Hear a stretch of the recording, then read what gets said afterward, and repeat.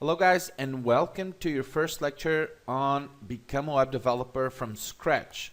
So I hope you guys are ready, and let's start this amazing adventure and turn you into an amazing developer. So the first thing you need to know is how web pages are created. Simple web pages. So if you open a browser and you go to Google and search for any web page, all those web pages are created with HTML code or XHTML code. If you want to know how the code looks like, you just click the right button of the mouse and click View Page Source, and you'll see a bunch of code that is created randomly or dynamically to show you, for example, this page. As you can see, Google has a lot of code. Even if the page looks very clean and white, there's a lot of code behind it, okay, to make it work. Now, let's go, for example, to a simple page, CNN, for example, and let's click View Page Source. Okay, so this is the HTML code that is behind the CNN.com page. Okay, I'm going to show you how to understand all this code and how to create this code. There's a lot of random or dynamic code here.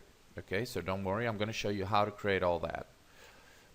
It's easier than it seems. Okay, so don't be scared to see a bunch of lines like this. Okay, so HTML, the code that was created by Tim Berners-Lee. This was the guy that created HTML so we could create web pages, beautiful web pages. If you go to Wikipedia, you can learn more about it, okay, and all the history. This is Tim Berners-Lee. I think in 1990 he created the first version of HTML. Now, CSS is used for styling your web page. So HTML or XHTML is used for creating the sections of a web page or defining the sections of a web page, and CSS will be used to style your web page with colors, different types of fonts as well. So we will learn during this chapter a lot of things you can do with CSS.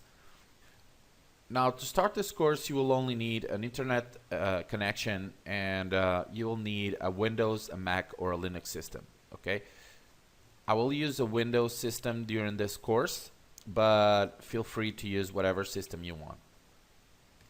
Before I end this first lecture, some of you may ask, what about HTML5 and CSS3?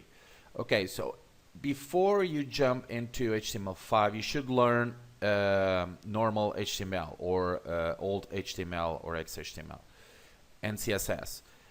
So it's better for you to understand the basics of HTML before you go to HTML5, as well as CSS before you jump into CSS3. Okay guys, so this is it, and see you guys in the next lecture.